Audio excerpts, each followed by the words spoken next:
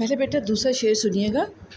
کیا کیا کرشمے کشف و کرامات کے کیے، حتیٰ کہ اپنے زہد و ریاضت کے زور سے خالق سے جا ملا ہے سو ہے وہ بھی آدمی۔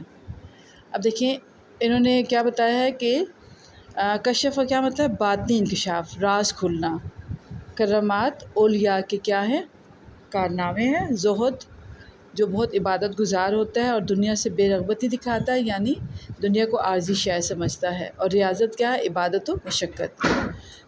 تو اب اس کی تشریح دیکھیں۔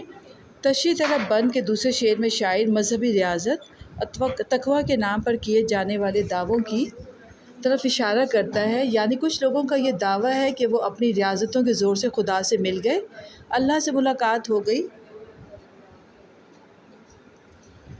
وصال حاصل ہو گیا، وصال ملاپ ملن۔ شاعر کہہ رہا ہے کہ چاہے کوئی کتنا ہی بلند دعویٰ کرے، چاہے کہے کہ میں خدا سے مل گیا ہوں، لیکن حقیقت یہ ہے کہ وہ آدمی ہے، فانی انسان ہے۔ خدا اور بندے میں جو فرق ہے وہ کبھی ختم نہیں ہو سکتا۔ خالق خالق ہے اور مخلوق مخلوق ہے۔ ٹھیک ہو گیا؟